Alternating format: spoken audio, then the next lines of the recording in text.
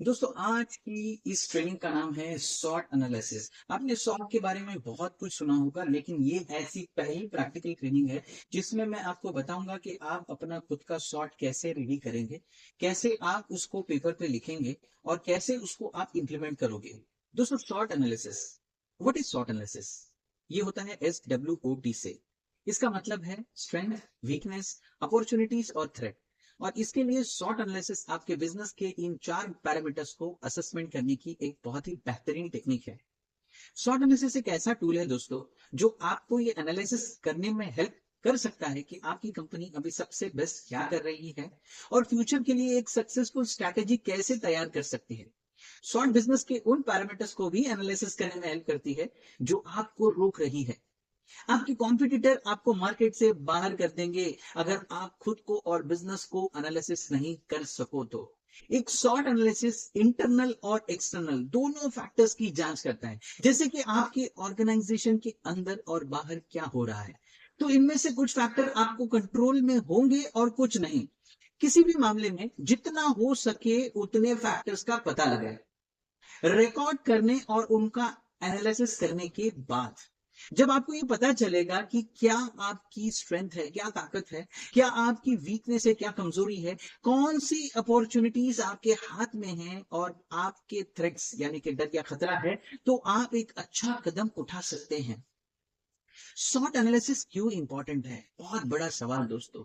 Short analysis आपको आपके business के रिस्की अजम्पशन को चैलेंज देने और आपके ऑर्गेनाइजेशन के परफॉर्मेंस के बारे में एक बहुत ही डीप एनालिसिस करने में मदद कर सकता है।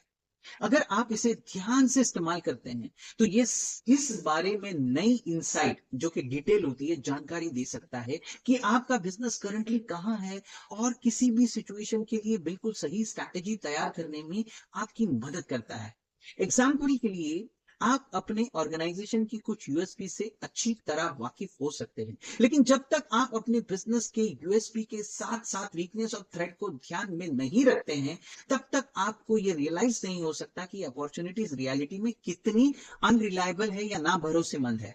इक्वली आपको अपने बिजनेस की वीकनेस के बारे में रीजनेबल कंसर्न होना चाहिए, लेकिन सिस्टमैटिक प्लानिंग से और एनालिसिस से आपको अपॉर्चुनिटी मिलती है।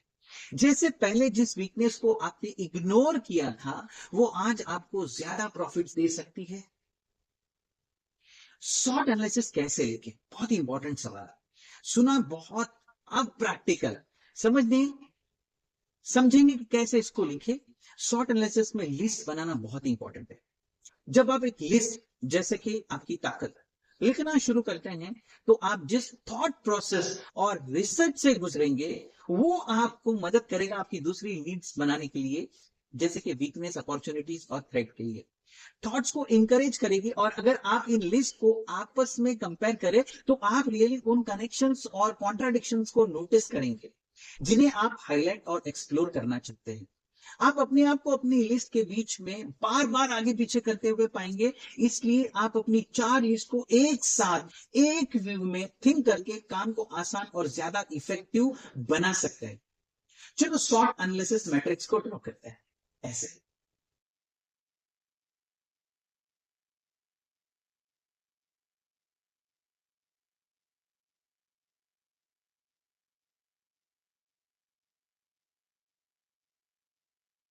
शॉर्ट मैट्रिक्स एक 2 बाय 2 ग्रिड है जिसमें शॉर्ट के 4 मैट्रिक्स है में से हर एक मैट्रिक्स के लिए ग्रुप होता है। आपकी इनोवेटिव एंड क्रिएटिव थिंकिंग को स्टार्ट करने के लिए हर एक कैटेगरी में कुछ क्वेश्चन हैं।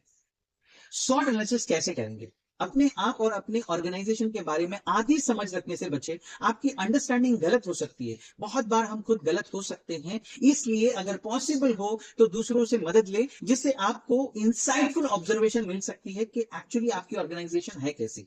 फिर हर बार जब आप किसी स्ट्रेंथ, वीकनेस, अपॉर्चुनिटी या थ्रेट की पहचान करते हैं तो इसे शॉर्ट एनालिसिस ग्रिड के रिलेवेंट पार्ट में लिख दे ताकि सभी देख सके। आइए हर एरिया को और डिटेल में देखते हैं और कंसीडर करते हैं कि कौन सा कहां फिट होगा और आप कौन से क्वेश्चंस पूछ सकते हैं। स्ट्रेंथ, ताकत। ताकत वो चीज और स्पेशलाइज एक्टिविटीज या सर्विसेज है जो आपके ऑर्गेनाइजेशन को दूसरे ऑर्गेनाइजेशन से बेटर करता है।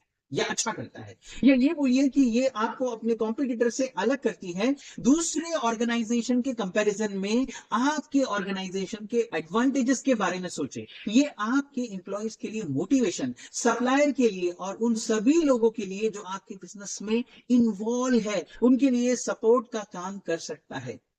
आपकी स्ट्रेंथ आपके ऑर्गेनाइजेशन का एक इंटीग्रल पार्ट है, इसलिए इस बारे में सोचे कि व्हाट मेक्स इट्स यूनिक। आप किसी और से बेस्ट क्या करते हैं, कौन से वैल्यूज आपके बिजनेस को चलाते हैं, आप कौन से यूनिक रिसोर्सेज यूज करते हैं जो दूसरे नहीं कर सकते हैं। अपने ऑर्गेनाइजेशन के यूएसपी, यूनिक सेलिंग प्रिपोजिशन को पहचाने और उसका डिटेल एनालिसिस करें और इसे स्ट्रेंथ सेक्शन में लिख दें। फिर अपने प्रोस्पेक्टिव को डिटेल में एनालिसिस करें और अपने आप से पूछें कि आपके कॉम्पिटिटर आपको किस ताकत की वजह से कॉम्पिटिटर मानते हैं, कौन सी ऐसे फैक्टर्स है जिसकी वजह से आपको सेल्स मिलती है। याद रखें, आपकी ऑर्गेनाइजेशन का कोई भी एस्पेक्ट सिर्फ एक स्ट्रेंथ है अगर वो आपको एडवांटेज देता है। एग्जांपल, अगर आपकी कंपनी बेस्ट क्वालिटी के प्रोडक्ट्स बनाती है और आपको लगता है ये आपकी ताकत है, लेकिन सेम क्वालिटी के प्रोडक्ट्स मार्केट में अवेलेबल है, तो ये आपकी स्ट्रेंथ नहीं है दोस्त। वहीं अगर आपके प्रोडक्ट्स क्वालिटी के साथ साथ रीजनेबल रेट्स में अवेलेबल है जो मार्केट में नहीं है, तो ये आपका स्ट्रेंथ है। नेक्स्ट देखेंगे वीकनेस, कमजोरी। वीकनेस स्ट्रेंथ की तरह ही आपके ऑर्गेनाइजेशन की बहुत ही इंपॉर्टेंट एस्पेक्ट है और खासियत है। इसलिए अपने लोगों को रिसोर्स, सिस्टम और प्रोसीजर्स पर ध्यान दें। इस बारे में सोचें कि आप क्या सुधार कर सकते हैं और आपको किस तरह के प्रैक्टिस से बचना चाहिए। वंस अगेन इमेजिन कीजिए कि मार्केट में दूसरे लोग आपको कैसे देखते हैं। क्या वो उन वीकनेसेस को नोटिस करते हैं जिन वीकनेसेस पर आपने कभी ध्यान नहीं दिया।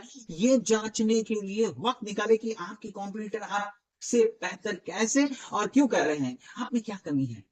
बी ऑनेस्ट दोस्तों, एक शॉर्ट एनालिसिस सिर्फ तभी वैल्यूएबल होगा जब आप अपनी जरूरत की सभी इंफॉर्मेशन और नॉलेज को इकट्ठा करेंगे। इसलिए अब रियलिस्टिक होना सबसे अच्छा है और अपने आप के साथ सच्चे बने और पूरी ईमानदारी से अपने वीकनेसेस को लिखें। अपॉर्चुनिटीज, मौके।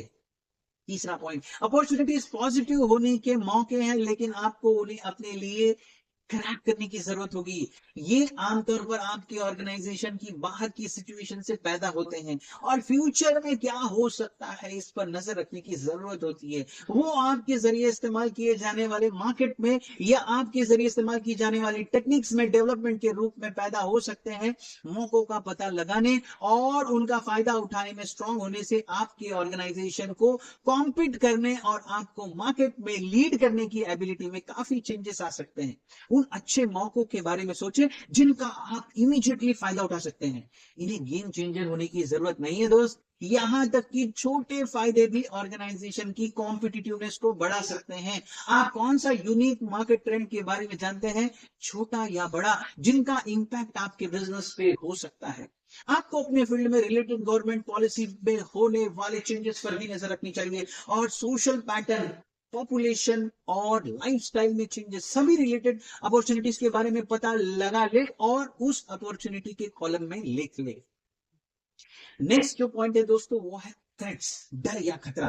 डर में वो सब कुछ इंक्लूड है जो आपके बिजनेस को बाहर से नेगेटिव वे में अफेक्ट कर सकता है, जैसे supply chain problem, shift in market requirement, shortage of recruitment. इससे पहले कि आप उस खतरे को अपने ग्रोथ का विक्टिम बनाएं, बेहतर यही होगा कि आप थ्रेट्स के बारे में पहले ही सारी इंफॉर्मेशन इकट्ठा कर लें। प्रोडक्ट को डोमेस्टिक और इंटरनेशनल मार्केट में लाने और बेचने में आने वाली सारी अड़चनों के बारे में सोचे। आप देख सकते हैं कि आपकी प्रोडक्ट के प्रोडक्शन के लिए क्वालिटी स्टैंडर्ड या स्पेसिफिकेशन बदले जा रहे हैं और आपको लीड में बने रहना है तो आपको उन प्रोडक्ट्स को बदलना होगा। इवॉल्विंग, बदलने वाली जो टेक्नोलॉजी हमेशा के लिए एक खतरा है, साथ ही एक अपॉर्चुनिटी भी है। हमेशा सोचे कि आपके कॉम्पिटिटर क्या कर रहे हैं और क्या आपको चैलेंजेस का सामना करने के लिए अपनी ऑर्गेनाइजेशन में क्या एक्चुअल बदलना चाहिए। लेकिन याद रखिए कि वो जो कर रहे हैं वो आपके लिए सही नहीं हो सकता। इसलिए ये जाने बिना कि ये आपके बिजनेस को कैसे इंप्रूव करेगा, कुछ भी बिना सोचे समझे कॉपी ना करे। ये पता करें कि आपकी ऑर्गेनाइजेशन कैसे अपने तरीके से आउटसाइड खतरे को फेस कर रही है। क्या आपके पास बैड डेट्स या कैश फ्लो की प्रॉब्लम है, ये सारी बातें सोचे और उस थ्रेट मैट्रिक्स में लिख दे और इस तरह SWOT एनालिसिस के 4 मैट्रिक्स को कंप्लीट करे और पूरी क्लैरिटी और अंडरस्टैंडिंग से कोई भी डिसीजन या फैसला ले। जैसे ही आपका SWOT मैट्रिक्स कंप्लीट हो गया, फिर उस पर प्रैक्टिकली काम करे, खुद का SWOT एनालिसिस बनाए, एक पेज पर रेडी करे और हमेशा हर महीने, हर हफ्ते, हर क्वार्टर, हर 6 महीने, हर साल में इसको नया नया तरीके से बनाते रहिए।